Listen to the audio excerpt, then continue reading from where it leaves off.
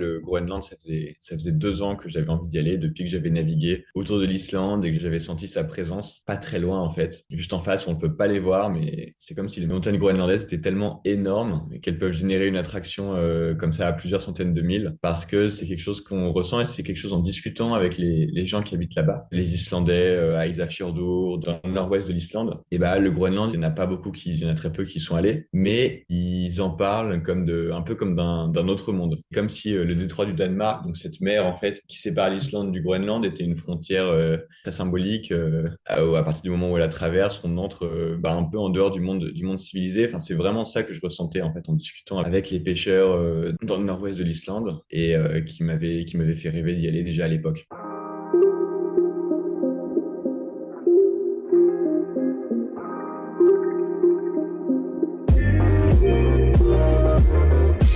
Bonjour, c'est Anne-B. Tu es sur Storylifique, le podcast 100% outdoor. Ta mission ce jour, te faire du bien tout en faisant du bien à la planète. Comment ? Écoute des invités qui te parlent de leur parcours inspirant pour réveiller ton envie de vivre tes rêves. Car si eux l'ont fait, toi aussi tu peux le faire. Et simplement en écoutant, tu soutiens déjà la reforestation. Donc si ce podcast te plaît, parle-en autour de toi, car plus il y a d'oreilles, plus on plante. C'est pas beau ça ? Toutes les explications sont sur storylifique.com et dans les notes de l'épisode, tu trouveras le lien pour le partager. Alors, je compte sur toi. L'invité que je vous présente ce jour est un navigateur, mais aussi grimpeur. Il est du genre à ne pas choisir. Nicolas Marcillo a vécu une aventure navigation et grimpe, mais pas n'importe où non plus, au Groenland. Et pas avec n'importe quel bateau, un catamaran de sport, donc pas un grand du tout. Non, choix étonnant mais stratégique, tout à fait déterminant pour le projet, comme on va le voir. Le mot d'ordre de cet expé hors du commun, liberté, autonomie et légèreté, ça fait rêver. De Reykjavik à la calotte glaciaire, cela a donné 700 miles nautiques en catamaran de sport, 3 glaciers et un sommet. Un petit mot avant de plonger dans l'épisode pour te parler d'une autre très bonne idée de mon partenaire Ice Adventure, le service Care and Repair. En français, Care and Repair. Je t'ai déjà parlé de location, parlons maintenant de ton équipement. Tu as investi dans le matériel, les chaussures et les vêtements techniques qui te conviennent. Ice Adventure te propose de prolonger leur durée de vie en prenant soin. Les avantages, ils sont nombreux. Ton matériel reste 100% fiable pour toutes tes sorties, tu évites les dépenses inutiles, tu réduis ton impact environnemental et les déchets en évitant de le remplacer fréquemment. Tu trouveras de nombreux conseils pour l'entretien de ton équipement sur leur page Care and Repair, lien dans les notes. Et si tu as besoin d'aide supplémentaire, apporte ton équipement en magasin, Ice Adventure nettoie, répare et réimperméabilise ton équipement pour toi. Tu veux prendre soin de la planète ? Prends soin de ton matériel. Ice Adventure, adventure is everywhere. Bonjour Nicolas Marcillo. Bonjour Anne B. Ça fait vraiment plaisir de te parler. Ça fait longtemps qu'en fait tu m'avais contacté pour me dire je ne sais pas si ça pourrait t'intéresser, mais je reviens d'un truc, on va en parler justement. Et donc voilà, ça fait très très plaisir que tu m'aies contacté et qu'on puisse avoir cette petite discussion aujourd'hui. Tu veux bien te présenter pour nous ? Oui, complètement. Bah, écoute, déjà, moi aussi, je suis très content d'être là et que ce qu'on a fait ait pu t'intéresser. Donc, moi, je m'appelle Nicolas et ce que je fais, c'est que j'essaye de conjuguer un petit peu deux passions que j'ai, la navigation et la montagne, en utilisant des voiliers, surtout des petits voiliers, pour aller explorer des territoires montagneux, difficiles d'accès. Donc, notamment, par exemple, l'été dernier, et c'est l'expédition au sujet de laquelle je t'avais écrit, on était allé à deux avec mon camarade Tom, explorer les montagnes de l'est du Groenland à bord d'un petit kata de sport. L'année d'avant, on avait fait quelque chose d'un peu similaire, mais plus long, et avec un bateau différent, et puis à trois, dans l'archipel du Svalbard, donc entre le nord de la Norvège et le pôle Nord. Et voilà, c'est le genre de choses qu'on essaye de répliquer en testant, en expérimentant pas mal, pour essayer de trouver la meilleure formule, le meilleur moyen d'aller explorer ces zones en utilisant des voiliers. Voilà, et donc la raison pour laquelle on se parle aujourd'hui, c'est pour parler de ton expédition amphibie sur la côte est du Groenland, mot d'ordre, légèreté et liberté. Tu peux donc nous expliquer un peu comment est née cette idée d'expédition ? Est-ce que c'est une rencontre ? Est-ce que c'était un vieux rêve ? Alors, cette idée d'expédition, en fait, elle est née 1 an plus tôt, au Svalbard, justement.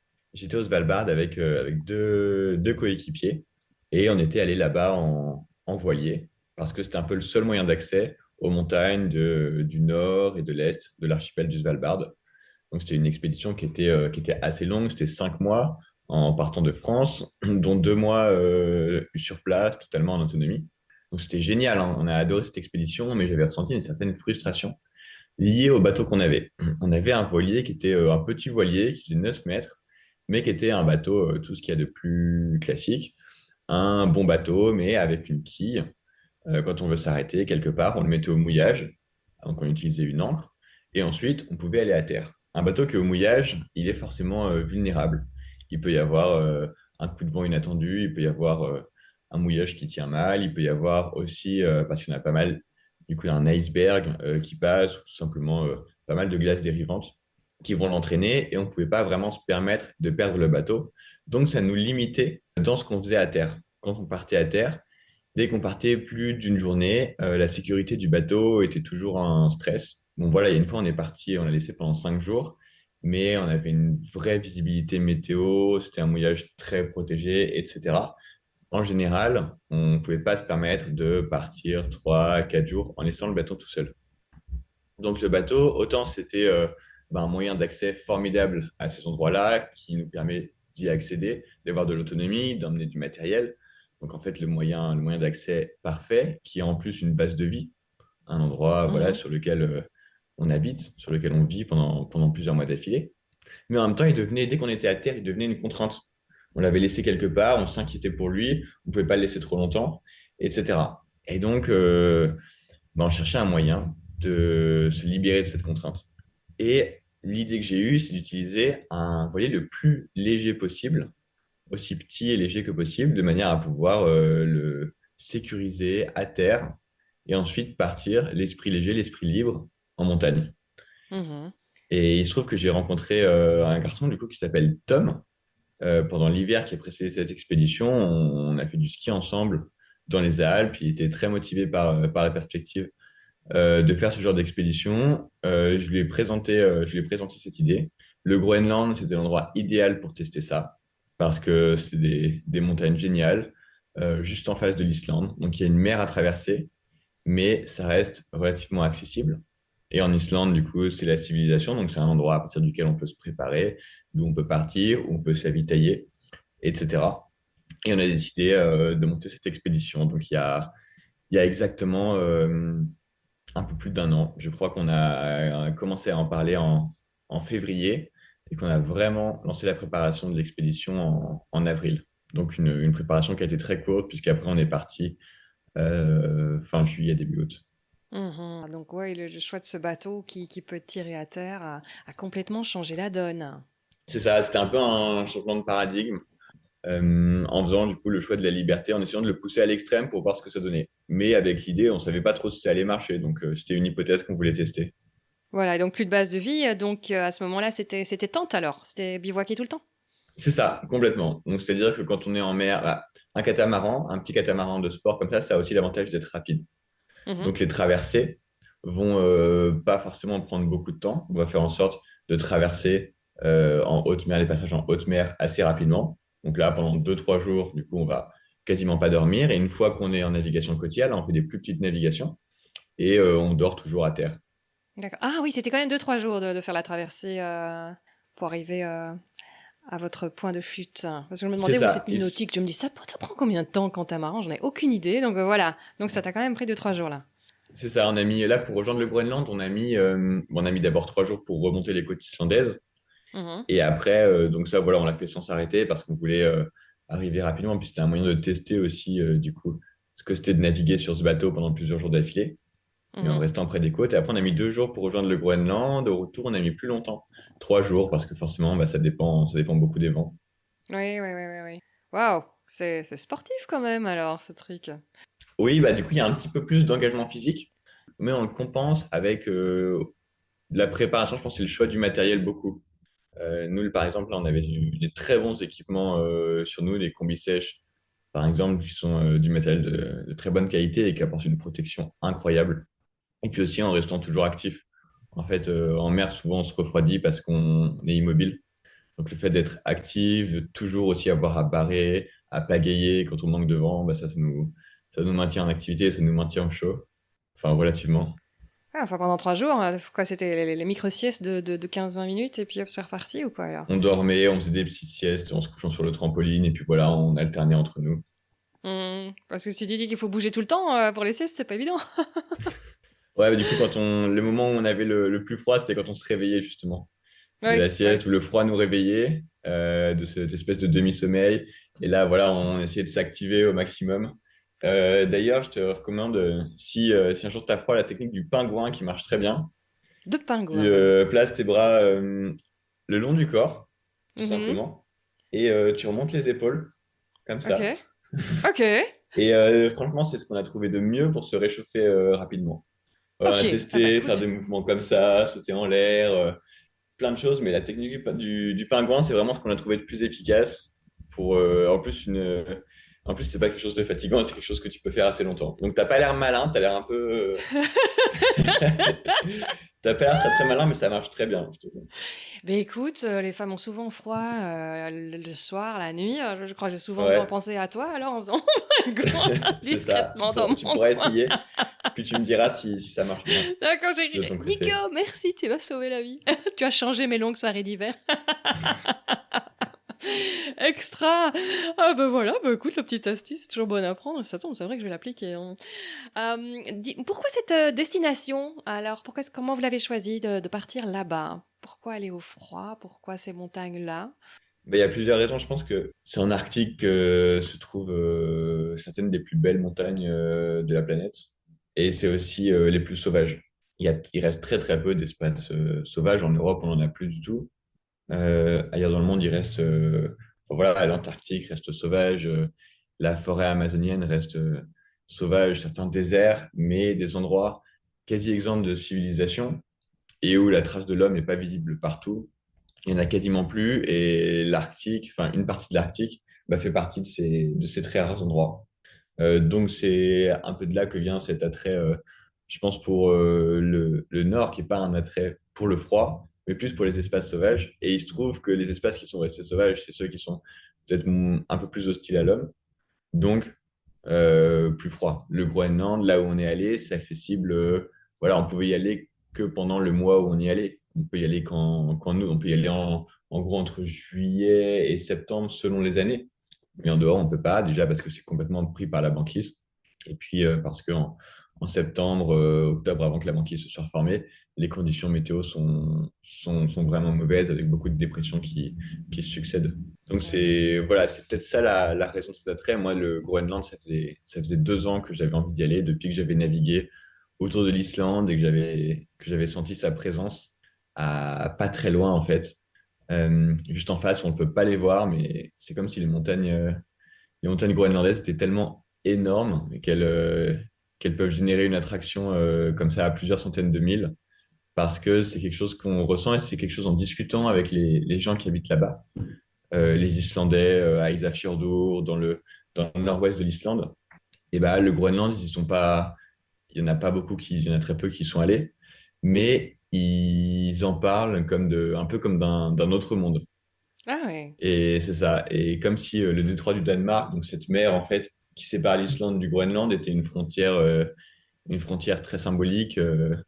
À partir du moment où elle la traverse, on entre bah, un peu en dehors du monde civilisé. Enfin, c'est vraiment ça que je ressentais en fait en discutant Hmm, avec les pêcheurs dans le nord-ouest de l'Islande et qui m'avait fait rêver d'y aller déjà à l'époque. je comprends. Ah, c'est bien. On a envie d'entendre parler d'une vieille légende, là, quand tu nous parles. Et après, de manière plus pratique, comme je te disais, bah voilà, l'Islande, c'est l'Europe, il y a des villes, il y a tout ce qu'on veut, on peut avoir du matériel, etc. Donc c'est un bon point de Un bon départ. camp de base, ouais. Mhm. Ouais, c'est aussi quelque chose, c'est aussi un endroit, un territoire avec quand même des espaces naturels assez incroyables. Donc c'était déjà dans l'hypothèse où si on n'avait pas réussi à atteindre le Groenland, par exemple, le fait de naviguer, de se balader en Islande aurait déjà été très très sympa en soi Mhm. et avec aussi une géographie qui ressemble un petit peu à celle du Groenland, même si le climat est plus chaud, c'est-à-dire une géographie de fjord. Donc pour tester voilà, la navigation côtière dans une géographie de fjord, sur un kata de sport, bah, c'était pas mal. Et puis, Oui, ça oui, faisait un très bon point de départ pour le Groenland. extra. Belle, belle, belle expédition, beau projet. En plus de vivre des aventures passionnantes, Nicolas écrit terriblement bien. J'ai sélectionné 2 extraits sur Insta, je te conseille vraiment d'aller jeter un œil, que ce soit pour les photos ou pour le texte, ça vaut le coup. J'adore ce qu'il dit. Voici le premier extrait à savourer. Triompher d'une montagne, vaincre un glacier, se battre contre la tempête. J'ai toujours trouvé que c'était un drôle de vocabulaire. Considérer la nature comme un lieu de lutte, où survivre et se déplacer s'apparente à un combat permanent, arrogance ou aveu de faiblesse de l'homme qui perd pied hors de ses villes. Le sauvage restera toujours hostile à ceux qui cherchent le rapport de force, qui conçoivent leur présence comme une épreuve, qui tracent un itinéraire avant de partir et cherchent à le respecter. Il restera toujours hostile aussi à ceux qui cherchent à apporter leur civilisation avec eux, à civiliser un arpent de terre ou de mer, à le chauffer, à l'électrifier, à le relier par satellite à tous les réseaux de communication. Je préfère caresser délicatement un environnement ami, marcher sur les montagnes et traverser les mers avec respect et légèreté. Pour trouver le sauvage, il faut l'aimer, aimer ce dépouillement et s'y sentir bien. La terre est toujours bleue et la mer est toujours belle. Et donc ton coéquipier, tu peux nous en dire 2 mots? Complètement, Tom, c'est quelqu'un qui a un profil très différent du mien, mais je pense qu'on a été vraiment complémentaires sur cette expédition. Il m'avait contacté tout simplement sur les réseaux l'hiver, au début de l'hiver, pour me dire que voilà, il avait vu l'expédition du Svalbard, que ça l'intéressait beaucoup, que lui, il rêvait de faire des expés comme ça. Donc on avait commencé à en discuter tout simplement et on s'était rendu compte qu'on était un peu dans la même dynamique tous les deux, dans le sens où on cherchait à apprendre à mieux connaître les milieux. Et on était tous les deux aussi à la fois beaucoup attirés par les milieux marins et montagnes, avec chacun du point de tropisme quand même, moi beaucoup plus, avec beaucoup plus d'expérience en mer et moi en montagne. Et Tom, c'était l'inverse, il avait fait pas mal de voiles légères en étant jeune. Il continuait à naviguer régulièrement, mais il était surtout en montagne, il habitait à Grenoble. C'était lui qui avait vraiment le plus de compétences et qui continuait à se former en plus davantage que moi. Donc voilà, tout simplement, en discutant, on est allé skier ensemble, on s'est formé en montagne au cours de l'hiver. Et voilà, le courant est bien passé. Et quand j'ai voulu monter cette expé au Groenland, c'est assez naturellement que je l'ai appelé pour lui demander s'il avait des plans, quels étaient ses plans pour l'été d'après. Ah, C'est passé génial. comme ça, je lui ai posé cette question tout simplement. Et sinon, alors dans le civil, vous faites quoi quand vous n'êtes pas en expé? Parce que parfois on me Dans dit le oui, mais c'est civil, tous des profils, on n'arrive pas à s'identifier. Oui, mais justement, c'est chouette de se dire, ben voilà, regardez, il y a moyen d'être X et aussi de vivre des aventures comme les grands. Tom, il est coach depuis l'année dernière. Donc, coach, c'est-à-dire qu'il accompagne des gens, des professionnels, pour les aider à atteindre leurs objectifs. Et là, il se spécialise justement dans le coaching de sportifs.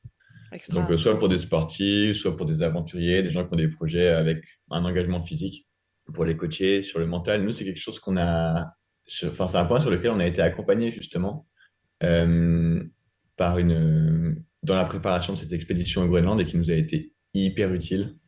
Ah, mais c'est mon dada, ça, c'est le Ah oui? mindset. Hein, c'est ah ouais, ouais, ouais, j'adore. Donc, vas-y, si t'as les meilleurs conseils que t'as entendus, ceux qui vous a vraiment aidé, go, moi je suis preneuse. Mais tu vas d'abord me dire ce que toi tu fais dans la vie, enfin si tu veux bien. Je Ouais, sais pas, tu complètement. peux Bah aussi. écoute, en ce moment, je partage un petit peu mon temps entre des navigations en tant que skipper Oui. sur différentes zones. Là, par exemple, je reviens de Norvège Mhm. où j'étais avec des skieurs allemands, avec Ok. notamment un skieur qui s'appelle Félix, et on faisait du ski voile. Donc, on se baladait entre les îles du nord de la Norvège, dans la région du Troms. En fait, c'est plein d'îles et de presqu'îles qui sont montagneuses. Et on Mhm. s'arrêtait un peu n'importe où pour partir ski au pied sur ces montagnes. Donc, c'est des montagnes qui sont pas très très hautes. En général, on montait à un peu plus de 1 000 mètres. Mais on part vraiment de l'eau, on part de la plage, ski au pied, donc ça c'est assez génial. Ah oui, pas Donc, il mal, y a ouais. vraiment énormément d'endroits, énormément d'îles, énormément de mouillages. Donc, à chaque fois, même quand on connaît un peu la région, à chaque fois, on découvre de nouveaux endroits et on continue toujours à avoir l'impression d'explorer. Donc, c'est très, très sympa. Ah ouais, clairement, ouais, ouais, j'ai eu une skieuse olympique, enfin, qui avait une médaille olympique en ski alpinisme. Donc, Mhm. oui, donc déjà, c'est vrai que ça fait rêver quand elle en parle, mais alors là, de partir vraiment d'un peu où on veut, en venant par la mer et puis grimper, ça, c'est pas mal du tout, ça, comme aventure aussi. Bah oui, encore une fois, ça montre que finalement, c'est deux milieux qui se conjuguent très bien. Et puis, pour répondre à ta question, du coup, l'autre moitié du Mhm. temps, j'ai créé une société il y a 4 mois avec deux associés qui s'appelle Toolbox. En fait, on propose aux professionnels de la production de contenu visuel pour le print, pour le web, pour leur communication, pour leur réseau, à la demande. Donc, avec des process de commande très simplifiés, des délais hyper courts et aussi des tarifs assez accessibles puisqu'on a changé pas mal on a revu pas mal les process, ce qui nous permet de gagner beaucoup de temps. Voilà, donc entrepreneur et explorateur. C'est chouette, c'est sympa, c'est une combi qui marche super bien en fait, parce que l'un peut enrichir l'autre, hein.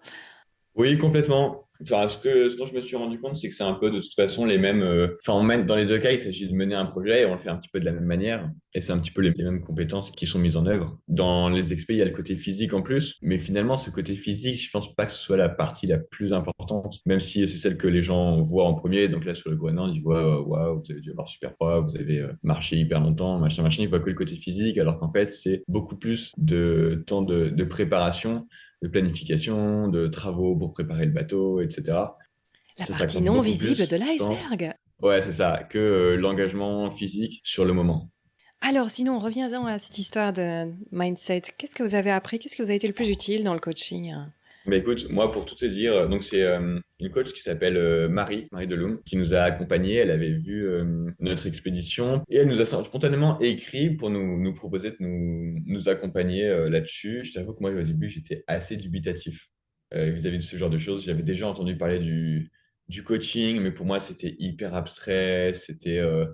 Enfin voilà, en gros, je mettais ça dans la même catégorie que tout ce qui est psychologie, psychanalyse, développement personnel, etc. Des choses qui me parlaient pas du tout, vraiment, auxquelles j'étais pas du tout réceptif. Pour moi, voilà, je savais ce que je voulais, je savais où je voulais aller, ça me suffisait. Et puis voilà, j'ai accepté qu'on le fasse parce que je me suis dit, ça peut rien nous faire Ça peut pas perdre. faire de Ça va tort, être, au moins, oui. voilà, on n'a rien à perdre. Au pire, ça nous apportera rien. Au mieux, ça nous apportera quelque chose et ça nous prend 1 ou 2 heures de temps en temps. Donc, on a fait le truc, et là où ça nous a énormément apporté, bah, c'est que, en fait, on était deux sur cette expédition. Tom et moi, donc c'est une petite équipe, mais on se connaissait pas très très bien. Voilà, comme je te dis, on Mhm. avait fait du ski ensemble, on avait discuté, mais ça faisait 6 mois qu'on se connaissait. On n'avait jamais fait d'expé ensemble, on n'était pas amis, on n'était pas intimes, et on s'est jamais retrouvés ensemble dans des situations compliquées. En situation, par exemple, où on est fatigué, où on est stressé, où on a peur, où on a des choix un peu difficiles à faire. Ça, c'était jamais arrivé, donc on savait pas du tout comment on réagissait l'un l'autre. Et moi, c'était un peu ma principale crainte peut-être, parce que justement sur l'expédition de l'année d'avant au Svalbard, c'est ce qui avait posé problème. C'est-à-dire que d'un point de vue matériel et technique, l'expédition s'était parfaitement passée. On l'avait, je pense, vraiment bien préparé, et tous les problèmes techniques qu'on a eus, on a su les résoudre rapidement et on en a eu assez peu finalement. Mais d'un point de vue humain, ça s'était assez mal passé entre nous. Et donc là, j'avais pas envie que ça se produise à nouveau. Et j'avais pris conscience que l'élément humain, c'est le plus important et le plus complexe et celui qui va déterminer plus que le matériel, en fait, la réussite ou le succès de ce genre de projet. Mhm. Donc avec Tom, voilà, j'avais un très bon feeling, mais on s'était jamais vraiment testé l'un l'autre. Et donc Marie nous a aidé à décortiquer un petit peu nos motivations déjà, ce qu'on faisait. Elle nous a aussi fait faire des tests et après pas mal de discussions avec elle pour voir comment est-ce qu'on réagissait dans des situations d'urgence, de stress, et comment est-ce qu'on prenait des décisions. Ça nous a permis de nous rendre compte qu'on avait des attitudes souvent assez différentes vis-à-vis de ce genre de situation. C'est-à-dire qu'on est tous les deux, je pense, très rationnels, mais Tom va avoir besoin de davantage décortiquer les choses et d'être certain que la solution qu'on visualise est la bonne avant de passer à l'action. Alors que moi, je vais avoir tendance à trouver une solution et vouloir la mettre en œuvre et la tester tout de suite, sans être certain que ce soit la bonne. Et donc ça, autant ça pose pas de problème tant qu'on est dans la préparation, tant qu'on est dans la vie de tous les jours. Autant ça peut être un facteur de conflit. Et ça leur aurait clairement été, je pense, enfin, il y a des moments où ça leur aurait clairement été si on n'avait pas fait ce coaching, lorsqu'on se trouve dans une situation de stress, où il y a un peu de peur, de tension, de doute, etc. Mhm. Et ce que ça nous a apporté, c'est surtout cette conscience, tout simplement, de la façon dont fonctionnait l'autre, qui nous a permis, à certains moments, durant l'expédition, de nous le rappeler et donc de comprendre pourquoi l'autre réagissait de cette manière-là et de pas nous disputer, de pas entrer en conflit et du coup de résoudre beaucoup mieux les problèmes qui se posaient à nous de façon plus efficace. Bah, ça me rappelle une conversation avec Jonas Jerkens, un navigateur belge, qui me disait la petite histoire que on parlait de la mini transat. Bon, il en est bien plus loin que ça, hein, mais il disait qu'avant, il y avait même des courses à deux sur des bateaux aussi petits, et Mhm. il dit il y a même des couteaux qui sont sortis, quoi. Ouais, Ils ont failli s'étriper, un équipage, ils ont vraiment failli s'étriper, ils en sont venus même pas aux mains, mais aux lames, quoi. Donc, après, ça a été interdit en disant non, dans de tels états de fatigue, dans des embarcations aussi petites, dans des états voilà, de stress et fatigue, ça peut très mal tourner, donc il faut des bateaux au moins un peu plus grands. Donc, oui, ouais. oui, oui, c'est bien sûr la gestion humaine, et c'est un gros morceau, oui. Ouais, ouais, tout à fait. Et comme vous tu dis, vous étiez sans espace habitable, donc sur un petit catamaran où vous passiez de nuit blanche certainement, tu dis oui, là effectivement on n'est pas dans son meilleur état, donc à être avec quelqu'un d'autre quand on est fatigué, on est très épidermique, donc ça peut facilement mal tourner si on n'a pas quelques clés. Donc ouais, c'est intéressant ce que tu racontes. C'est ça, oui, la fatigue, ça joue aussi beaucoup sur la façon dont on réagit. Et puis tout de suite, on va davantage monter dans les tours, on va davantage réagir, être moins aimable en fait, tout ce dont on enrobe nos réflexions quand on est dans notre état normal. Dès qu'on est fatigué, on le laisse de côté et on peut parfois se parler de façon brutale, de façon un peu cassante, ce qui peut faire empirer les choses quand on est déjà dans une situation de tension. Ouais, ouais, j'avais aussi parlé avec un explorateur, hein, lui avait il devait faire des rapports, des choses comme ça sur par rapport au degré d'avancement de son expédition. Tous les jours, il devait faire certains tests. Et après, il y avait une psy de l'université de Paris. Je sais plus laquelle, est-ce que c'est Sorbonne, je sais plus, enfin bref, qui étudiait tout ça parce qu'elle étudie vraiment le comportement des gens en situation assez de stress quand même, d'une Oui. exploration, et voir les capacités cognitives qui restent, quoi, tu vois, parce qu'à un moment, tu deviens vraiment beaucoup plus basique, Mhm. tu deviens un peu en mode survie, et c'est pas là que tu vas développer des grandes réflexions. Donc j'avais réentendu ça aussi par des gens qui font de l'ultra trail, où effectivement ils vont aussi se mettre dans des états de stress physique et de fatigue, et qui prévoient vraiment à l'avance tout ce qu'ils doivent faire, et se disent c'est non négociable avec moi-même. Je dis à cette étape-là il faut s'arrêter manger, à cette heure-là il faut s'arrêter de changer, il faut Mhm. s'arrêter de changer, parce qu'ils disent on sait qu'on va vouloir pousser, on sait qu'on va plus réfléchir correctement, hein. C'est comme si quelque part le soi adulte parle à l'enfant qui va être sur la route. Tu vois, c'est un peu ça. Ouais. Et dire voilà, il faut plus essayer de réfléchir ce qu'on avait décidé à l'avance, parce qu'on n'a plus les capacités vraiment à un certain moment. Donc c'est vrai que je crois que décortiquer tout comme ça à l'avance, et apprendre quelque part à se connaître et à pouvoir bien repérer, ah oui, ça il fait ça pour ça parce qu'il fonctionne comme ça, c'était un bon truc, ça. Complètement, avec le recul, je me rends compte que c'était assez essentiel. Ah, génial. Et il y avait d'autres choses qu'elle vous a fait travailler aussi? C'était vraiment axé là-dessus parce que je pense qu'elle s'est rendue compte assez rapidement que c'était le Le point point important central, ouais. parce qu'on a commencé rapidement, elle nous a fait faire des tests et elle a vu qu'on réagissait très différemment, hein, notamment en situation d'urgence Ouais. et que c'était donc ça ce qu'il y avait sans doute à creuser. Parce que pour le reste, on avait, comme tu disais, tous les deux, on était assez rationnels.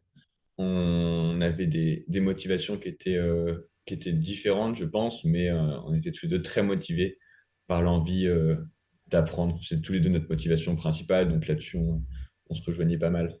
Moi, ça me rassure que tu ne penses pas trop de mal des coachs, puisque je viens de m'embarquer dans le projet Pangea X de Mike Horn. Il lance à Ok, chaque fois un projet, il cherche des coachs pour coacher les jeunes qui vont développer leur projet ah pour super, entrepreneurial durable. Donc voilà, je suis une des ok, coachs.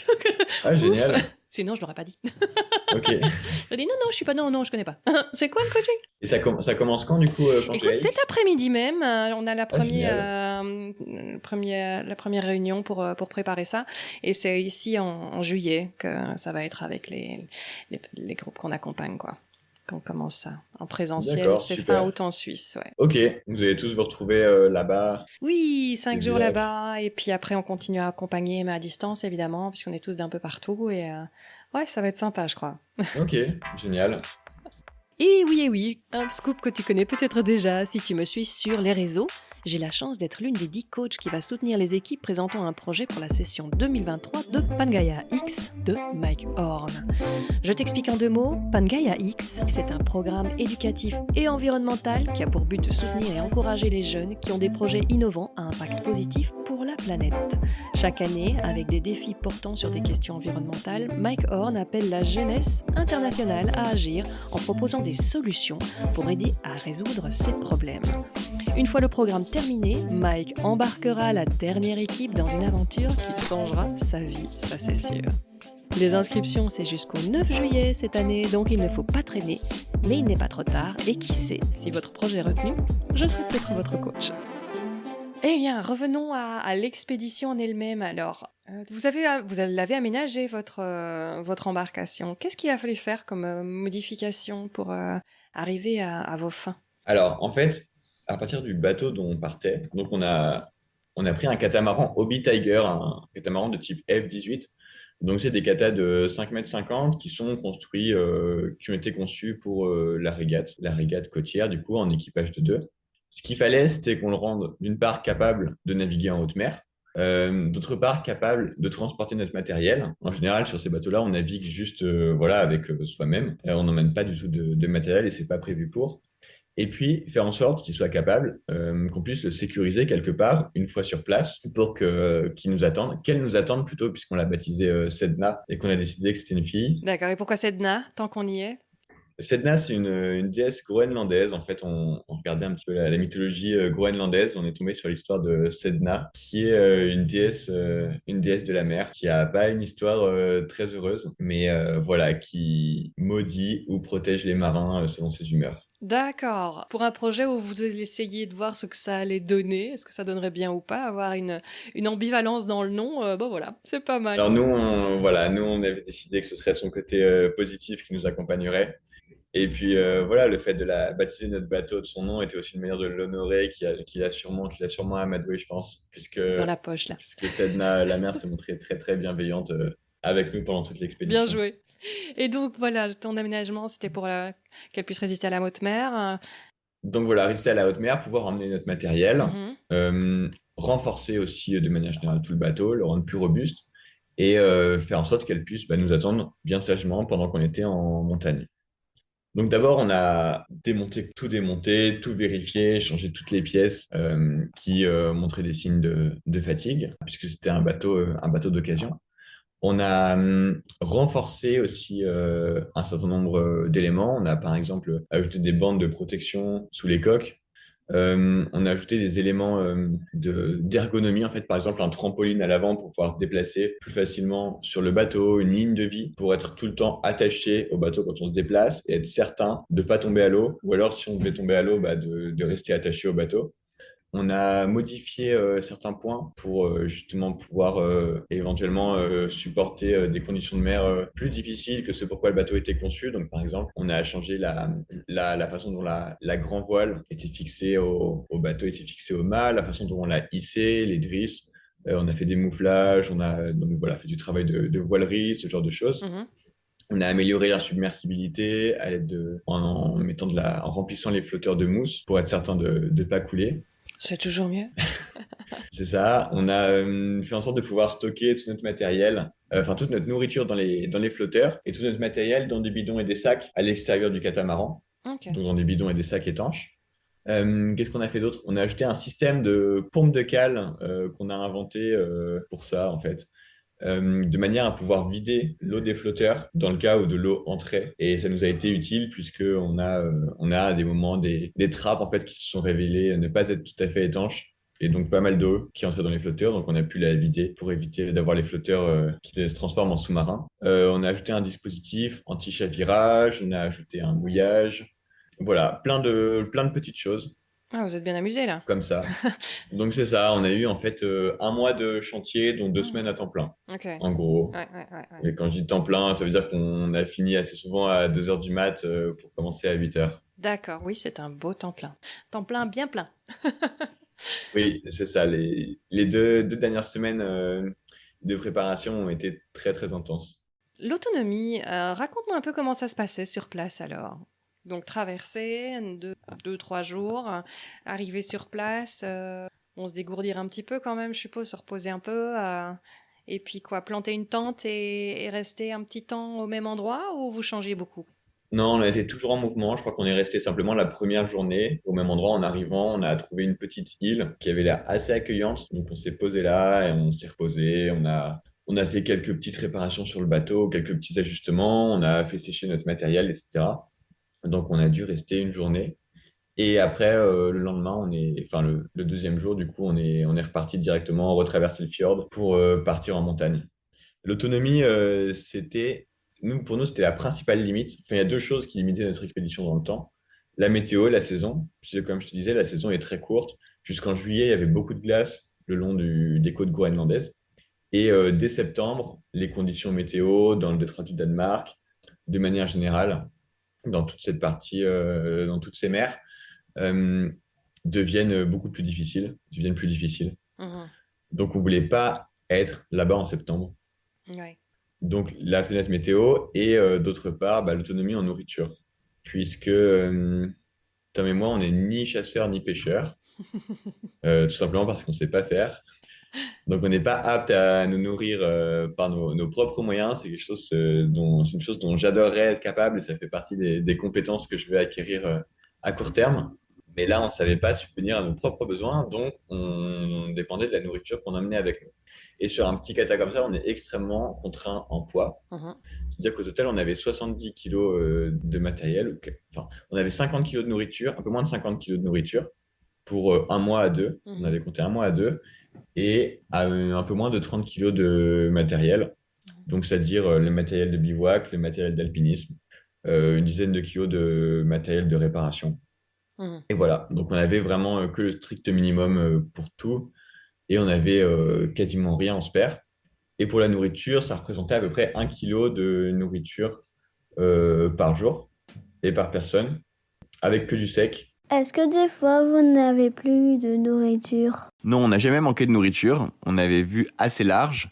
Pas forcément en nombre de jours, on n'avait pas beaucoup de marge en nombre de jours de nourriture, mais en revanche, sur les quantités quotidiennes, on avait prévu en fait plus de nourriture que ce qu'on mangeait réellement. Donc chaque jour, on accumulait un petit peu de nourriture en réserve, ce qui nous donnait du coup une sécurité vis-à-vis de la nourriture. Donc on n'a jamais eu vraiment peur de se retrouver à court de nourriture. En revanche, pour l'eau, à certains moments, ça a été un petit peu plus compliqué.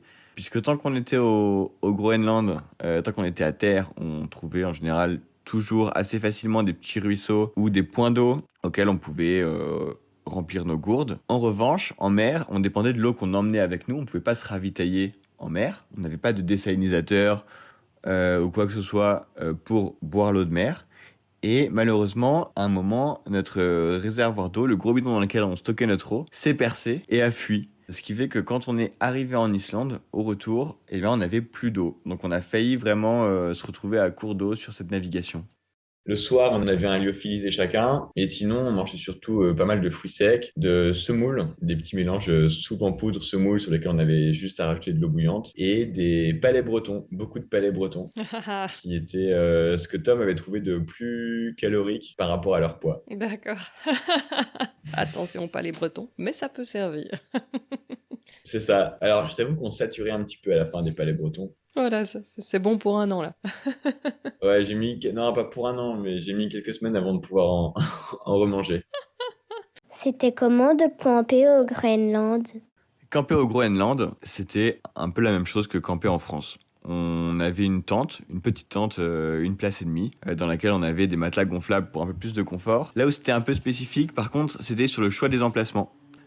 C'est très rocailleux au Groenland et on avait parfois un peu de mal à trouver un endroit qui soit à la fois plat, qui soit à la fois un petit peu protégé du vent, puisqu'il n'y a aucune végétation, il n'y a pas d'arbres, il n'y a pas de buissons, il y a rien du tout qui peut nous protéger du vent qui descend des glaciers. Donc on était souvent exposés. Et puis qu'il soit aussi assez en hauteur pour être moins vulnérable vis-à-vis des ours et nous permettre de garder une bonne perspective visuelle sur tout ce qui peut se passer aux alentours. Donc après, voilà, le soir, on s'installait, on montait notre bivouac, exactement comme on le fait en France. Et là encore, il y avait une autre petite spécificité, c'est qu'on montait, après avoir installé notre tente, une alarme, donc c'est-à-dire un fil qu'on tendait tout autour de notre tente et qui était censé déclencher une alarme si un ours venait à passer et à marcher dessus. Une fois qu'on avait installé ça, on allait se coucher et on était un petit peu plus tranquille. Et donc, alors, vous changez à chaque fois, il fallait replier le campement et reprendre le kata pour aller un peu plus loin, réexplorer ailleurs? Non, en fait, ce qu'on faisait, c'est qu'on procédait un peu sous forme de petits raids de 3-4 jours. Donc, c'est-à-dire qu'on s'arrêtait quelque part en kata. Mhm. On dormait jamais sur place parce qu'on voulait pas dormir sur la plage à cause des ours, qui sont en gros la principale menace là-bas pour nous. Vous en avez vu? Ouais, alors moi, j'en ai pas vu parce que Tom a vu un ours, mais moi, j'étais en train de dormir. Ok. Et Tom, du coup, montait la garde. Donc, il a croisé un ours, mais moi, j'en ai pas vu à cet endroit-là. All right. Et alors, Euh, donc raconte-moi comment ça se passait vos journées. Donc voilà, en fait, quand on arrivait quelque part, ça pouvait être à n'importe quelle heure, puisque ça dépendait de la durée de la navigation. Donc, il y a des fois, on arrivait en milieu de journée, le matin, le soir, parfois on débarquait à 2 heures du matin. On dormait pas sur la Oh, c'était à plage, l'époque on où il essayait faisait toujours encore de assez faire. clair, alors, hein, ça, je suppose. Il y avait des nuits, il faisait nuit. Mais les nuits étaient courtes, Mhm. mais on avait quand même 6-7 heures de nuit. Ah oui, quand même, oui, oui, oui. Donc, vous Voilà. naviguiez de nuit quand même avec ce petit bazar-là, Oui, oui, hein. complètement. Ok, ok. Peur de rien. Complètement, la navigation de nuit pose pas vraiment de problème. C'est simplement pour le débarquer, c'est plus difficile, puisqu'on visualise moins en fait les endroits où on va pouvoir débarquer ou pas. Et il n'y a pas d'iceberg du tout Des qui mon- traîne dans ce coin-là? si, mais les icebergs, on les voit bien même Oui, la nuit, ok. Mhm. tant qu'on va pas trop vite. Mais les montagnes, les côtes sont très abruptes, puisque c'est des montagnes qui se jettent directement dans la mer. Donc, on ne peut pas débarquer n'importe où. Il faut trouver des endroits où il va y avoir une petite plage, où ça va pas être trop abrupt, où on va pouvoir aussi du coup partir à pied après. Et de nuit, mais on avait beaucoup plus de mal à repérer les endroits. Déjà que de jour, c'est difficile de visualiser de loin comment se présenter un endroit. Les cartes topographiques sont pas très précises, donc c'est pareil, ça donne parfois une petite indication, mais pas forcément plus que ça. Et on utilisait aussi les cartes satellites. Donc voilà, on conjuguait en fait nos observations visuelles, les images satellites qui n'étaient pas en très bonne définition, et les cartes topo pour essayer d'imaginer les endroits où on allait pouvoir débarquer ou pas. Il y a des fois, ça nous a mené à des très bons endroits et d'autres fois, des endroits moins terribles. Donc on débarquait quelque part, on faisait en sorte de toujours partir en montagne tout de suite pour pas rester, pour pas dormir sur la plage. Donc on montait en gros en général à minimum 300 mètres d'altitude. Avant ça, avant de partir, on désempaquetait, on réempaquetait notre matériel puisqu'on passait du milieu mer en fait au milieu montagne. Donc ça veut dire qu'on n'avait pas les mêmes équipements, que tout notre équipement on l'avait mis dans des sacs et des bidons étanches, donc il fallait tout ressortir, etc. Et ça nous prenait un peu de temps à chaque fois. Donc on partait, on posait un bivouac. Donc c'est-à-dire qu'on installait notre tente et notre alarme à ours, faite maison, à base d'alarme pour jogger, sonnerie pour jogger, donc à laquelle on avait accroché un fil et qu'on tendait autour de notre tente. On installait tout ça et selon l'heure qu'il était, soit on dormait, soit après on repartait tout de suite. En général, on passait la nuit et après on se servait de ce bivouac pour rayonner autour et partir à la journée. Ok. Et donc voilà, en général, on restait 3-4 jours, ouais, 3 jours en gros au même endroit en passant donc 2-3 nuits sur place. La plus belle journée que vous ayez faite? Écoute, il y a une journée qui a été quasiment parfaite. On s'est réveillé très tôt. En fait, la veille, on avait eu une petite déception sur un glacier parce qu'on avait été obligé de faire demi-tour parce que le glacier était trop peu rassurant. Mhm. Il y avait beaucoup d'eau et dès qu'on creusait un peu, en fait, on tombait sur de l'eau. Donc, on avait décidé de faire demi-tour. Voilà, c'était un peu tard en saison, un peu tard en journée. On était retourné à notre bivouac et on s'est dit, bon, demain, on part sur tel autre glacier. Là, ils ont donné l'exposition. Et en plus, si on y va tôt le matin, ça devrait être parfait. On devrait pouvoir arriver tout en haut. On est donc parti de bonne heure. Tout s'est parfaitement passé. Le glacier était facile. Il présentait pas de risques ou de difficultés. En haut du glacier, après, on est passé sur une partie rocheuse. On a pu atteindre un sommet vraiment sympa. Une fois arrivé en haut, je pense qu'on a tous les deux eu le sentiment qu'on avait en fait atteint l'objectif de cette expédition qui était d'aller au Groenland en kata de sport et d'aller y grimper des montagnes. Et là, c'est ce qu'on avait fait.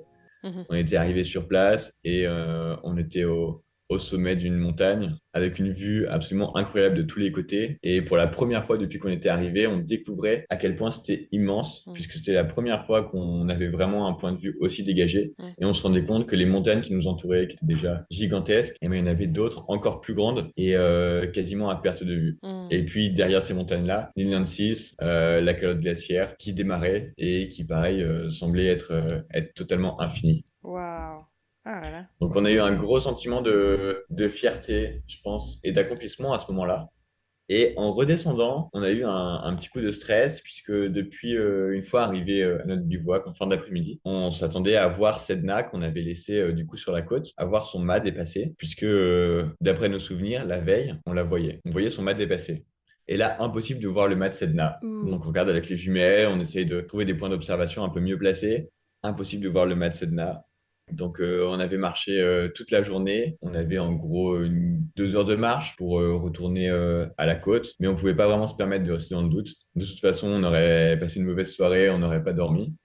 Donc, on est parti, voilà, on a pris juste le strict minimum, le fusil et les jumelles, et on est parti en courant, du coup, vers la côte pour faire un aller-retour express. Et Sedna nous attendait bien sage. Elle était simplement, en fait, elle était restée un peu, c'était une espèce de, je sais pas trop comment le décrire, mais il y avait un estran très très très long. Donc on n'avait pas pu la mettre totalement hors de l'eau. On l'avait accrochée donc d'un côté à une ancre grappin et de l'autre côté à des rochers. Mais à chaque marée, elle flottait un petit peu. Et il se trouve que l'ancre avait dérapé un petit peu. Elle s'était rapprochée des rochers. Et ce qui faisait qu'on la voyait plus. Elle était tout simplement cachée par un gros rocher sur le rivage. Mais elle était toujours là, elle était en bonne condition, elle n'était pas du tout en danger, donc on a été très soulagés et finalement la journée s'est bien terminée. Mais je pense que c'est clairement celle-ci notre plus belle journée. On n'a pas pu profiter de la soirée au bivouac comme on l'imaginait, Ah non. mais finalement ça s'est terminé uniquement sur des émotions positives. Ouais, ouais. Oh là là, découvrir ce paysage, ça a dû être un moment effectivement assez fabuleux. Faudra que je regarde sur votre compte Insta s'il y a des photos. Bah, je suppose que oui, ils en avaient mis des photos de ce jour-là pour essayer de s'imaginer. Mais il n'y a rien à faire, une photo ne rend jamais l'immensité d'un paysage qu'on a devant soi. C'est toujours frustrant. Quand on voit en photo Mhm. après, on se dit, ah, c'est pas du tout ce que j'ai ressenti, mais ce sera déjà un bon aperçu, un petit avant-goût. Liberté, légèreté, autonomie. Mêler les milieux, éliminer tout le superflu et gagner, en petite équipe, une liberté d'action et d'esprit. Ça y est, en me vachant en haut de ce rocher instable dont chacune des pierres dévalait sous mes doigts, ces mots étaient devenus autre chose qu'un slogan, qu'un pitch abstrait, et que le rêve d'explorer et de voyager différemment. Notre bateau, notre équipage, notre cordée, Sedna, Tom et moi, avions désormais autre chose que des hypothèses. Oui, ça marchait. Et c'était bon. Et je me disais qu'après tout, il est peut-être vrai qu'on ne sait apprécier qu'à la hauteur des efforts consentis. Qu'on ne tient vraiment qu'à ce qu'il nous a coûté. Aurais-je regardé ces montagnes avec la même euphorie si leur vue ne m'avait coûté que le millier de mètres de dénivelé qui nous séparait de la mer? Si ça avait été l'affaire de quelques heures ou quelques jours d'ascension? Si nous n'avions pas eu un peu froid, un peu peur, si nous n'avions pas traversé au ras de l'eau cette mer qui sert de frontière aux sauvages, si nous n'avions pas sans cesse négocié avec la réalité et validé ces hypothèses qui semblaient un peu folles, si nous n'avions pas dû trouver le chemin qui y menait et par quels moyens l'emprunter. Mon esprit est loin d'être assez contemplatif pour cela. Et puis surtout, l'aurais-je mérité? Tu as dit que vous aviez aussi fait des erreurs sur l'expert, mais que vous saviez comment les corriger. Donc tu dis que ton but c'était aussi d'en parler pour donner envie à d'autres personnes de faire comme vous ce voyage léger. Alors, je ne sais pas si on peut parler d'erreur, puisqu'on ne savait pas, c'est des hypothèses qu'on a testées. Oui, bien sûr, bien sûr. Mais il y a deux choses, je pense, qui peuvent beaucoup être améliorées. La première, c'est qu'on était trop minimaliste en termes de en matériel. La contrainte de poids liée à ce bateau a fait qu'on a emmené vraiment très très peu de matériel, le strict minimum. Et on a réussi à réparer toutes les casses avec les moyens du bord. Parce que sur un bateau, quand tu navigues, tu as toujours de la casse, toujours pas mal de casse, et donc tu as toujours des choses à réparer, y compris des choses structurelles, des choses importantes. Donc là, on a pu tout réparer avec ce qu'on avait emmené. La constitution de la trousse de bricolage avait été très, très réfléchie. Mais avec le recul, je pense qu'on était trop minimaliste sur le matériel. On n'avait pas de spare. Et donc, si on avait perdu, ne serait-ce que J'espère, c'est les pièces de rechange, hein. oui, c'est ça. Mhm. Y compris pour notre équipement, à la fois pour le bateau, mais aussi beaucoup pour notre équipement personnel. Mhm. C'est-à-dire que chacun, on n'avait même aucune tenue de rechange. On n'avait aucun équipement de bivouac, d'alpinisme, etc., de rechange. On avait un filtre pour l'eau, on n'avait pas de rechange, etc. Donc on avait pris ce parti pris-là. Mais avec le recul, je pense que le compromis qu'on a fait au niveau de la légèreté était un petit peu trop poussé et que le compromis idéal peut se trouver sur un bateau un petit peu plus lourd avec une capacité de charge un petit peu plus élevée. Et un autre élément sur lequel la formule qu'on a choisie n'était pas forcément la bonne. Alors, je reviens juste sur ce que je disais, le compromis et la taille du bateau. C'est lié aussi aux capacités de navigation hauturière. Avec un bateau un peu plus léger, un petit peu plus grand, je veux dire, un petit peu plus lourd, eh bien, on peut se trouver un petit peu plus en confiance quand les conditions se renforcent, et être moins vulnérable vis-à-vis de la mer et du vent. Par contre, il faut des biscottos pour le tirer sur la plage, alors. Voilà, c'est ça. Après, forcément, ça impose d'avoir un système un petit peu peut-être plus complexe et plus robuste pour le mettre à l'abri. On se prive aussi, si on a un bateau un petit peu plus grand, de certains points d'atterrissage. Mhm. Parce que nous, il y a des fois, on est arrivé sur des plages avec des vagues qui déferlaient, des cailloux, etc. Avec un bateau qui aurait fait 2 mètres de plus, on n'aurait pas réussi à le hisser parce que c'était trop abrupt et parce qu'il n'y avait pas vraiment de point. Et là, déjà, avec Sedna, même en enlevant tout le matériel, certaines fois, on a vraiment eu du mal. On a mis plus d'1 heure à la hisser avec des palans, etc. Avec un bateau plus gros, on n'aurait pas réussi. Ouais, c'est toujours des histoires de compromis et Mm. de mettre tout dans la balance. Et puis sinon, de manière générale, je pense qu'on aurait gagné à être un petit peu plus entraîné en partant. Je veux dire qu'on avait bien préparé le bateau, on avait bien planifié l'expédition, mais on s'était assez peu entraîné. On s'était assez peu entraîné ensemble, on s'était assez peu entraîné avec Sedna. Et on ne s'était pas entraîné sur des milieux qui correspondaient aux conditions qu'on allait rencontrer, donc c'est-à-dire des milieux voilà, de fjords, etc., de navigation comme ça, alternées, les navigations, les excursions en montagne.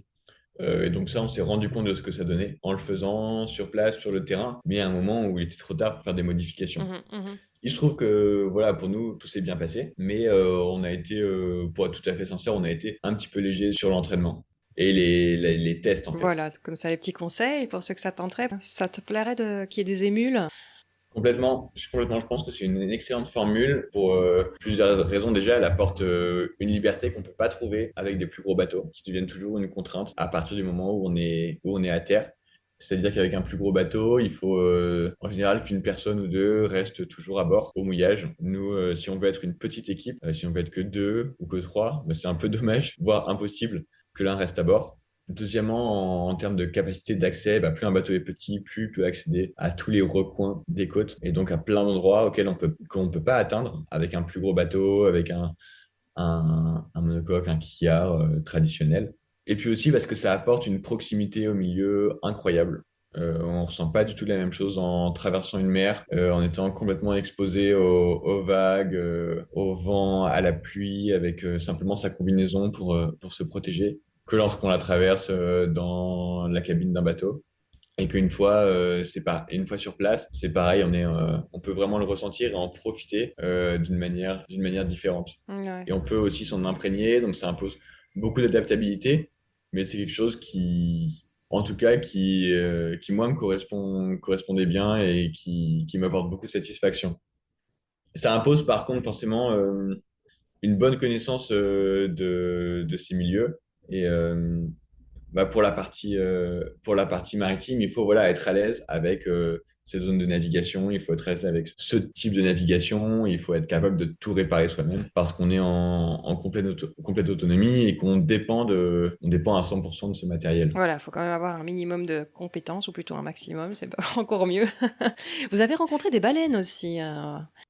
Oui, beaucoup durant les traversées. Ça doit être impressionnant quand on est. Enfin, si on les voit de loin, ça va encore, mais sinon, quand sur un petit bateau, voir un gros animal, ça doit être impressionnant quand même, hein. Oui, bah, je te parlais d'immersion avec le milieu, qui vient, je pense, à la fois d'une part de la légèreté et d'autre part de l'autonomie, un petit peu dans la durée. C'est-à-dire qu'on va à un endroit, mais on y va par nos propres moyens. Là, on est parti d'Islande et pour aller avant d'atteindre les montagnes, on a eu à traverser une mer, on a eu à se préparer pendant assez longtemps, on a eu ensuite à marcher. Donc, quand on arrive en haut d'un sommet, On se dit qu'on a vraiment, non seulement on l'a grimpé, mais avant on l'a atteint. Il y a toute cette phase de l'approche qui lui donne une dimension complètement différente. Et c'est un peu pareil avec les baleines justement, ou avec toutes les autres choses qu'on peut voir. Tout à l'heure, tu me parlais des ours. C'est pareil avec toutes les autres bestioles qu'on peut croiser. Plus on est léger, plus c'est impressionnant. Et j'avais déjà croisé des baleines sur d'autres bateaux un peu plus gros. C'est toujours très impressionnant, mais quand même un peu moins. Et là, on se sent vraiment très proche d'elles. On les entend, c'est plus leur bruit et leur souffle assez rauque qui nous touche, je trouve, que de les voir, parce qu'en fait, on voit qu'une partie de la baleine. Et alors que leur souffle est très puissant, et je me rappelle d'une nuit où il y avait quasiment pas de vent, beaucoup de brouillard, donc on voyait vraiment absolument rien. On dérivait avec les icebergs qui nous entouraient et on attendait tout simplement que le vent revienne. On avait fini même par affaler les voiles et par arrêter de pagayer. Il y avait une espèce de lumière bleue et orange qui perçait à travers le brouillard. On ne savait pas trop d'où elle venait. Et on entendait à intervalles réguliers le souffle vraiment puissant des baleines, assez rauque, plus ou moins loin. Parfois, ils semblaient extrêmement proches, mais on voyait rien, évidemment. Mm. Et ça, c'était un moment très fort Ah et ouais. vraiment impressionnant. Ouais, ouais, top. Ah, on y est là.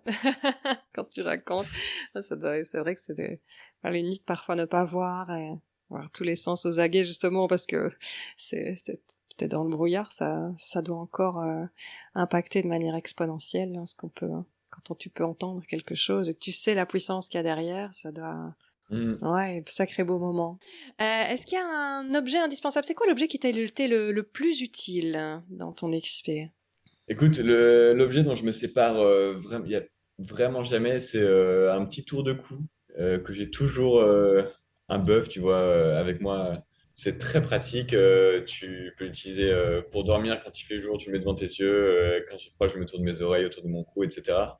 Pour être sûr de ne pas le perdre, je le garde en permanence sur moi.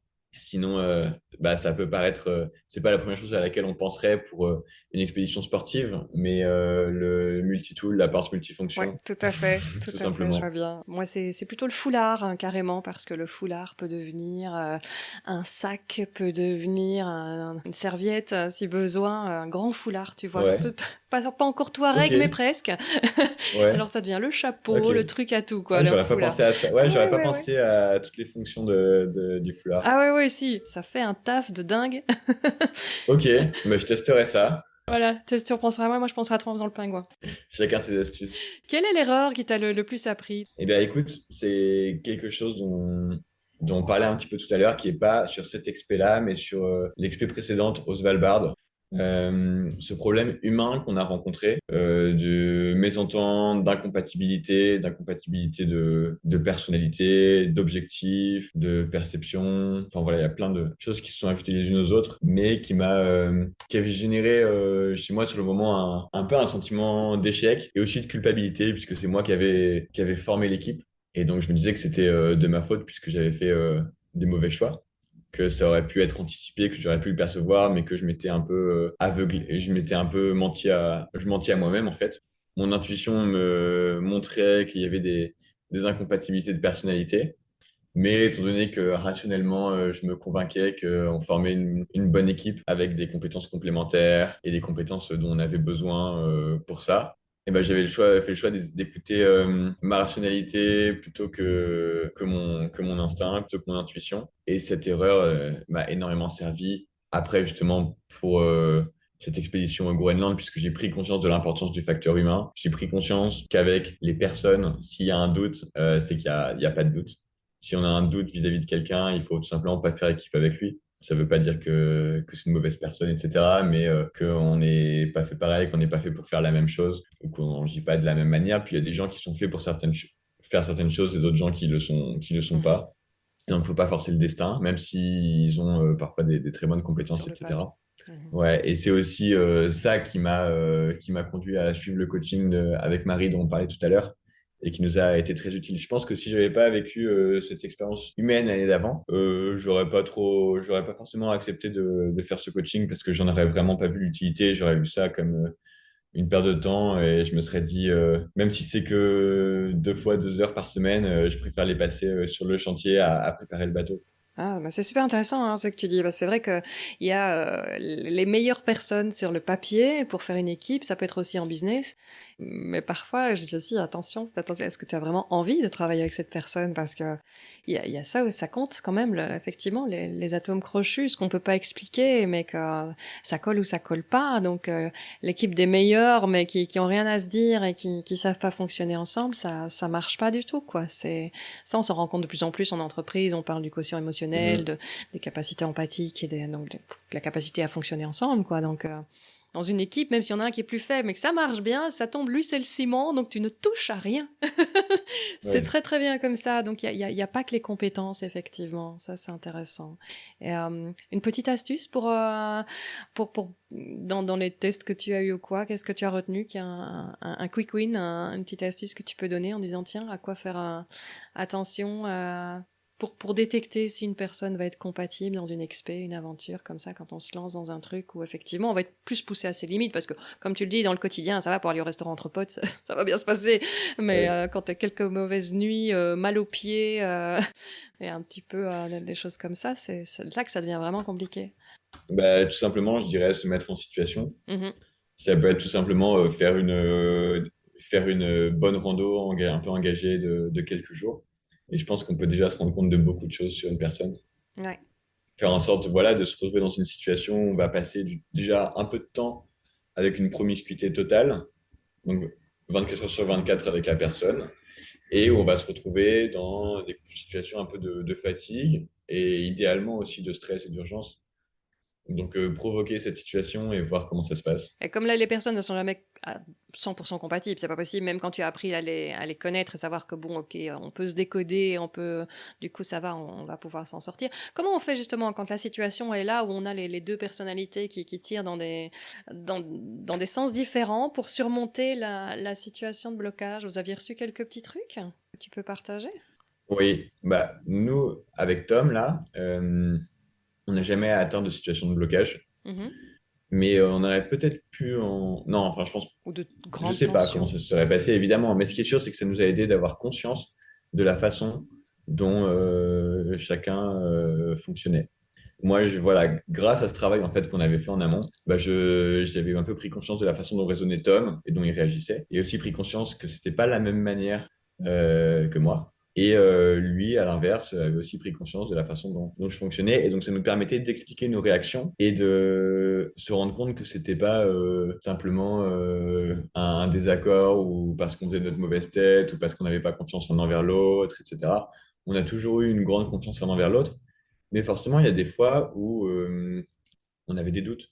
On avait un peu chacun notre domaine de responsabilité sur cette expédition. J'avais le lead sur la partie maritime et Tom sur la partie montagne, qui correspondait à nos compétences, à nos domaines de compétences d'expertise, on va dire, respectives. Et puis aussi du domaine qu'on avait chacun le plus préparé et planifié. Donc on a toujours eu, je pense, une très grande confiance l'un envers l'autre dans ces différents milieux. Mais forcément, il y a des moments où on doutait ou des moments où on était moins en confiance, où il y a des choses qui pouvaient faire un peu peur, etc.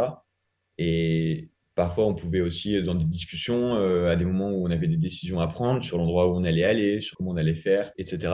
Ne serait-ce que sur le choix de partir, en fait. C'était la décision un peu la plus difficile à prendre, le Mhm. choix de partir d'Islande. Puisqu'à partir du moment où on est parti, ben, on est vraiment parti.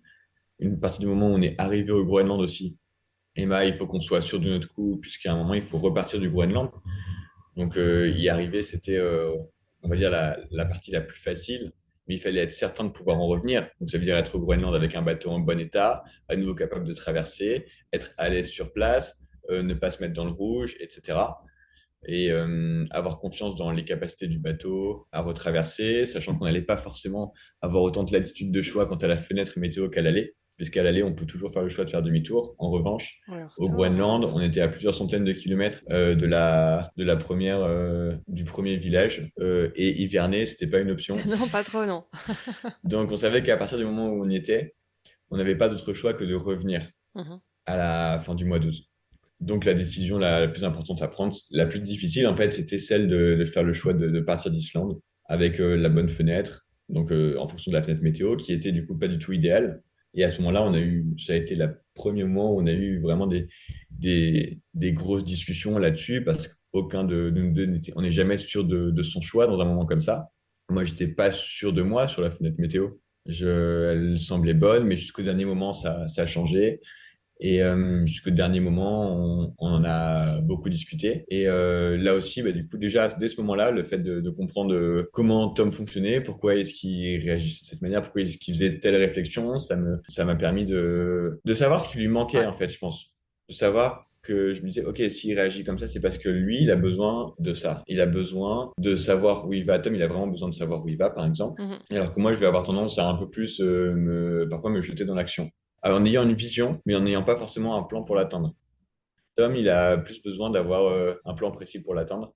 Et aussi parce que c'est la mer est moins son domaine. C'est-à-dire que moi, j'allais visualiser la façon dont on allait s'y prendre, dont tout allait se passer. Lui, comme c'était moins son domaine, il allait moins le visualiser. Il avait besoin de le visualiser pour s'engager à 100% dedans. Oui, oui, oui. Et avoir pris conscience de ça, parce que c'est pas forcément quelque chose qu'il allait formuler sur le moment, évidemment, ça m'a permis peut-être, enfin j'espère, de répondre à ce qui lui manquait et de faire en sorte que du coup on se retrouve raccord sur ses prises de décision.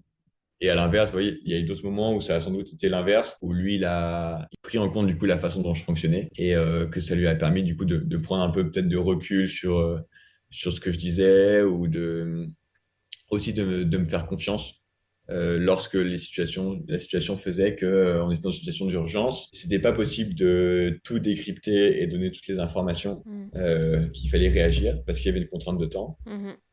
Et là, voilà, faut se faire confiance l'un envers l'autre. Ouais, top. Ouais, c'est intéressant, c'est vraiment intéressant. Alors, quel est le succès dont tu es le plus fier? Mais écoute, je pense que c'est encore un peu lié au problème humain dont je te parlais qu'on avait rencontré au Svalbard l'année d'avant, bah, c'est qu'on a quand même fini l'expédition à trois malgré tout ça. Donc peut-être qu'on n'avait pas trop le choix parce que de toute façon on était isolés, on était tous les trois au milieu de nulle part, il fallait bien qu'on rentre. Mais voilà, on est parti à trois et on a fini l'expédition à trois et on est rentré. Et malgré tout, même si on a fait des compromis sur nos objectifs, etc., au final, le bilan était quand même positif et on avait mené à bien cette expé.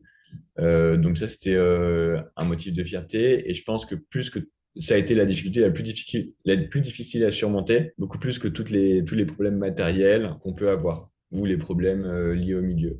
Par exemple, là au Groenland, on a cassé des choses et des choses un peu structurelles qui ont cassé sur le kata en cours d'expé. Et ben voilà, on savait qu'il fallait les réparer avant de retraverser vers l'Islande. On les a réparés avec les moyens du bord, on a manchonné avec des bâtons de randonnée. Enfin voilà, on a essayé d'être un peu ingénieux et ça s'est très bien passé et ça.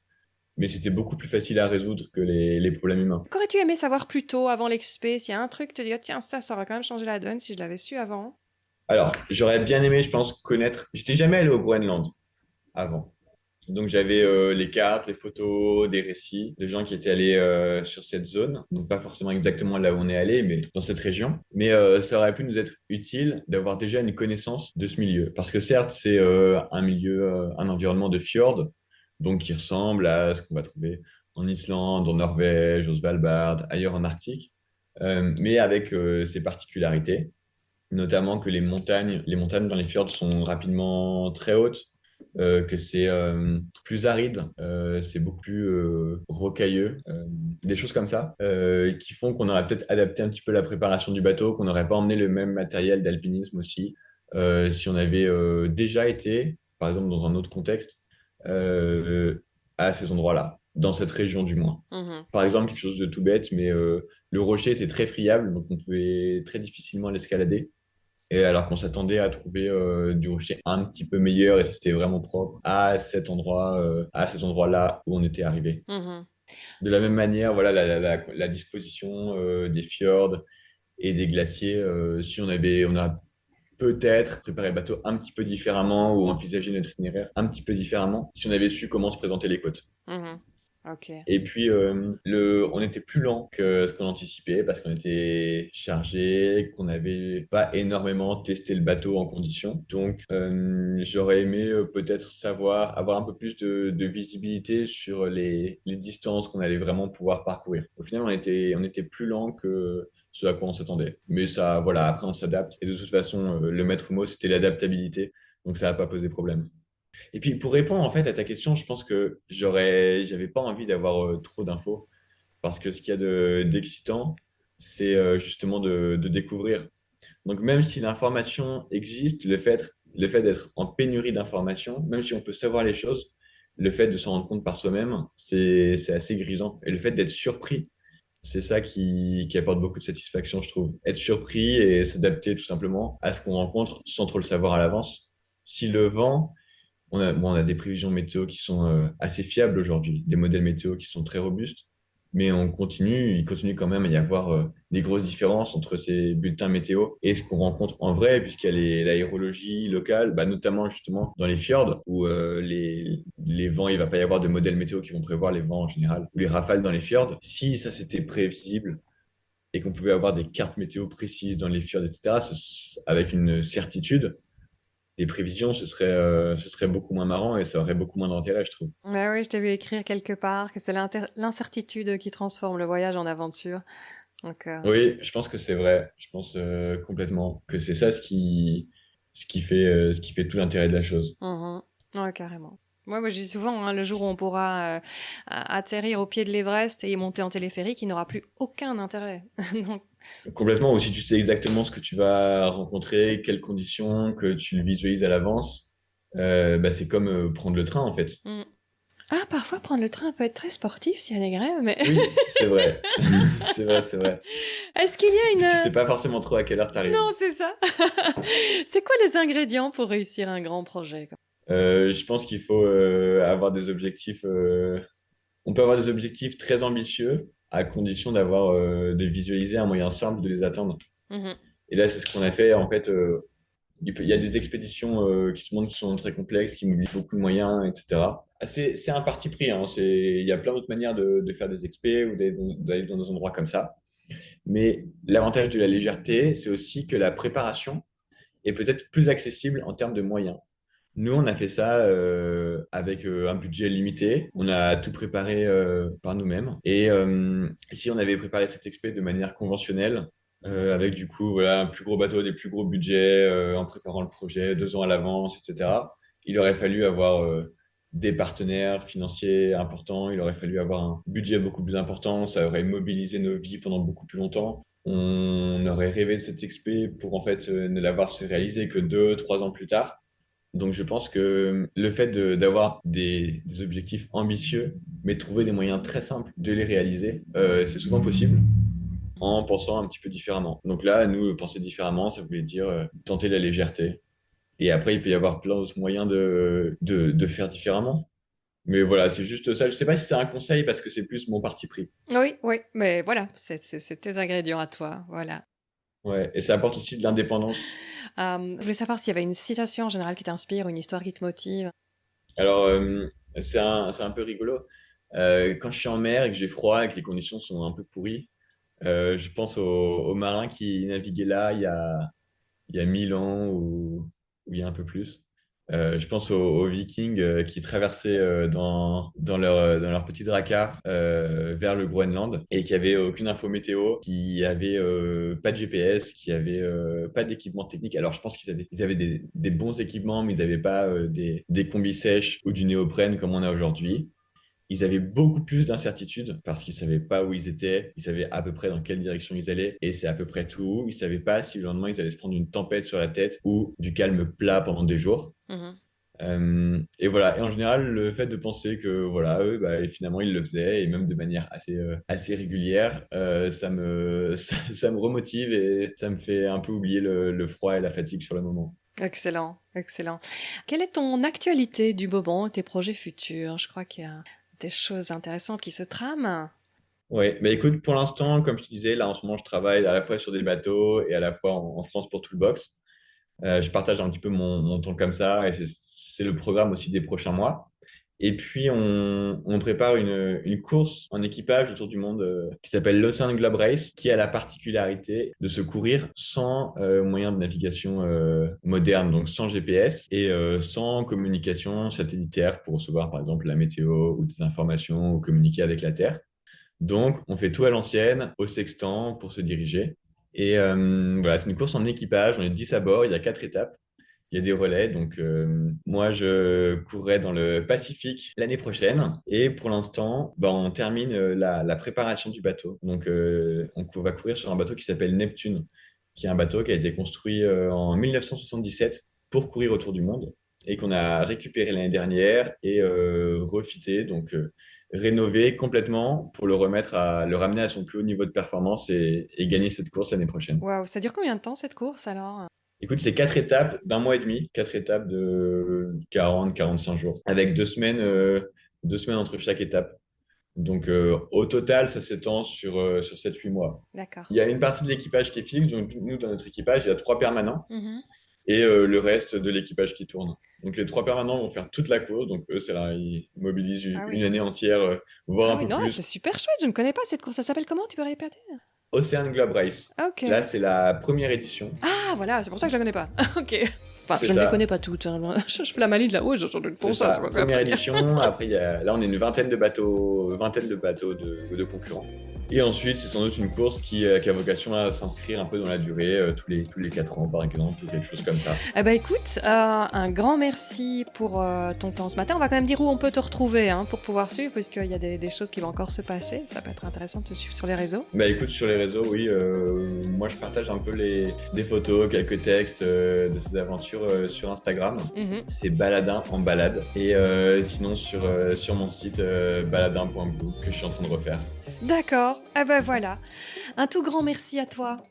Merci beaucoup NB de m'avoir invité et puis de t'être intéressé à ce qu'on a fait l'été dernier. Ah ben c'était très chouette, vraiment. Tu retrouveras toutes les infos sur Nicolas dans les notes de l'épisode. Tu y trouveras aussi les liens vers la page Storyfic de l'épisode où tu retrouveras en plus toutes les photos, vidéos, citations et autres liens que nous avons mentionnés pendant notre discussion, notamment vers le très beau blog de Nicolas. Comme toujours, je termine en te demandant de faire un petit geste tout simple qui fait un monde de différence pour le projet. Storyfic soutient la reforestation en redistribuant 50% de ses bénéfices. Donc si l'épisode t'a plu, partage-le sur tes réseaux, parle-en à un ami ou deux, ce sera encore mieux, car plus il y a d'oreilles, plus on plante. Pour terminer, je remercie de tout cœur mon partenaire AS Adventure. Merci d'être à mes côtés. Et à toi auditeur, un grand merci pour ton écoute. À bientôt.